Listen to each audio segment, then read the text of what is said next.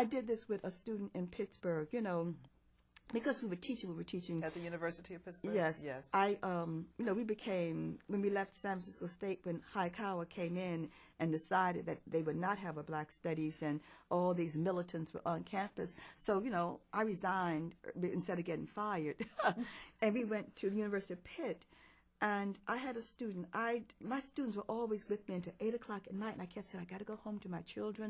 I had a sister living with me at that time, and one of the students said, because it wasn't my idea, and I always praise students, they're so bright. They said, "What? You know, we need a course on us." And I was packing up my briefcase, you know, thinking. I said, "Yeah, I guess we'll call her the black woman." Ha ha ha. They said, "Yeah, the black woman." I said, "Well, you think about it and figure it out, I'll teach it," right? And I went home, got home, had to eat and play with the children and feed the children because they hadn't eaten, whatever, etc. The next day I came to my office, they were standing outside the door. These are young people or something else. They said, "Yeah, the black woman, Sonia." And they were talking about it, so I said, "Okay, I'll write it up, whatever." We sent it upstairs, they sent it back downstairs, said, "A course on the black woman?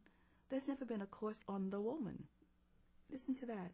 We are so innovative. Oh, my goodness. You realize that there had not been a course on the woman. Yes. You know, any woman. 1969 at a place called Pittsburgh, right? And I said, I called up and said, "So what?" You know, I mean, at that point I felt we should do this then, right? Yes. I wrote it up, gave them the bibliography. Lo and behold, they gave it to us the next quarter.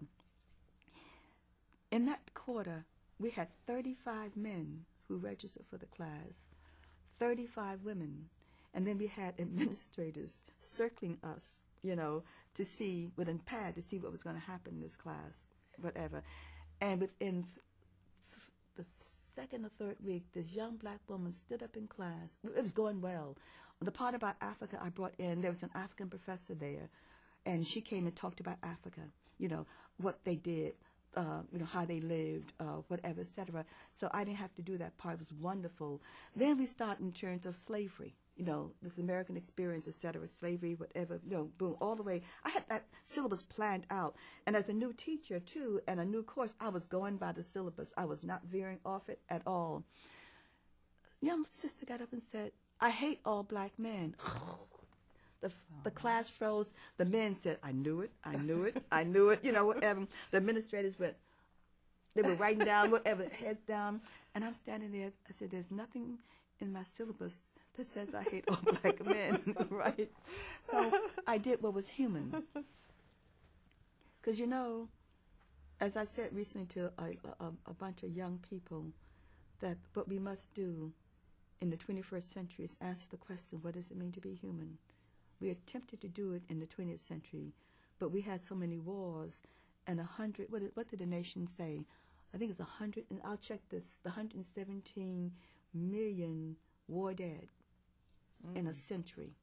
Can you imagine Within that? 1 century? 1 century. The 20th century? Yeah, I think I'm under. Yes. I'm underestimating it, okay? Because I have it on my pad upstairs. I wrote it down when I read it, right? Wow. Can you imagine that? And I know I'm underestimating it. So I said, you know, simply, I went and hugged her.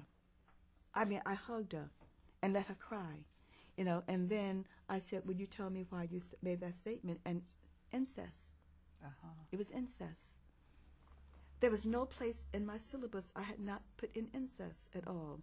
And I said, she talked about it. And even the men in class backed down from being annoyed, you know, etc. Because they were laying for the part about matriarchy and patriarchy, right, which is a whole section, because Monahan had done that report, right? Right. So I went that entire weekend into the library looking up what this was about. But I also turned it over to a black psychologist in Pittsburgh, right? And we talked about that, etc. And then I came back and we inserted the whole thing, incest into. So, you know, in some of book that was done many years ago, in the back they have the first course taught about the black woman was at the University of Pitt, that I stumbled over it. And I told them they should have called me on that, because I said it came from students. It happened to have been their needs, not my needs. It was their needs on campus that said, "Help us, Sonia, because then we won't keep you in your office at 8 p.m. We can bring up these issues, that are coming up." But about a month later, a young man stood up and said, "I hate all women." By that time, I was almost finished with the course. I'll be frank. He said, "I hate all black women. I hate my mother." I mean, like, whoa, because the course talked about all kinds of things, right? And I got up and hugged him too. But by this time, the officials, the administrators were like off the loop. I mean, they were like on the floor writing. Their whole motion was that we knew we shouldn't allow this course to exist. But what his thing was about, my sister, when you asked him to talk, was that he said, "My mother is always keeping me from doing something." She said, "Don't do that, boy. Stop, boy. Don't do that. You'll get killed if you do this, whatever."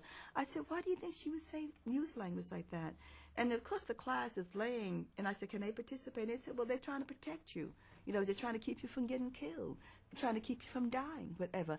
And I said, "However, she could probably do it in a better way, though, in another way, whatever. But that's the only way that she knows, you see. She doesn't know the other way, whatever." So we kind of got that. Then we got to matriarchy in the syllabus and patriarchy. And I said, the whole idea of patriarchy and matriarchy pretends something called power. I said, we might have had these women-centered homes. I said, but it didn't mean power. These women were not going out there cruising with some high-powered jobs, making a whole lot of money, doing steak every night, whatever. So I came up with a term. Teaching makes you do more work. And I came up with a term called diarchy. I said, black families were diarchal, most of them. I said, and that you might have had a woman there, a mother there, but you had a grandmother, you had an uncle, you had some cousins, whatever, in there. That's how and a diarchy happens when a family's under duress, under stress, from a society. That was important, So therefore, if you move to diarchy, then you leave the whole arena that Monahan is talking about matriarchy, right. Talking about these women are the cause for all the problems happening in the black community, and you leave the arena with the men who said, "Well, I want to be a patriarch, whatever." Right. And I said, and you would say, "Well, dude, you ain't making enough money to be a patriarch," being facetious, but at the same time saying, Truthful. you didn't come up in a family like that. Tell me about your family. So I started out that section by, tell me about your family. How is the composition of your family? And everybody in that family, most of them had a diarchy. I said, that's a diarchy. That's right. That has nothing to do with, a patriarchy or matriarchy. So we were able to diffuse that nicely. So I am so blessed to have had wonderful students. Yes, who but you taught followed me. through Yeah. on what they had requested. Mm-hmm. Mm-hmm. But did you teach the class again after forever, that? it Yes, seemed, so the right. administrators did not shut it down. I actually ended up leaving. I didn't teach it again there. I did the creative writing. They were in the quarter system. The next quarter I did creative writing and African American lit, black lit. And then I left after 1 year because Pittsburgh was a difficult place to be alive in and living in. And this was in what year? this is 1969.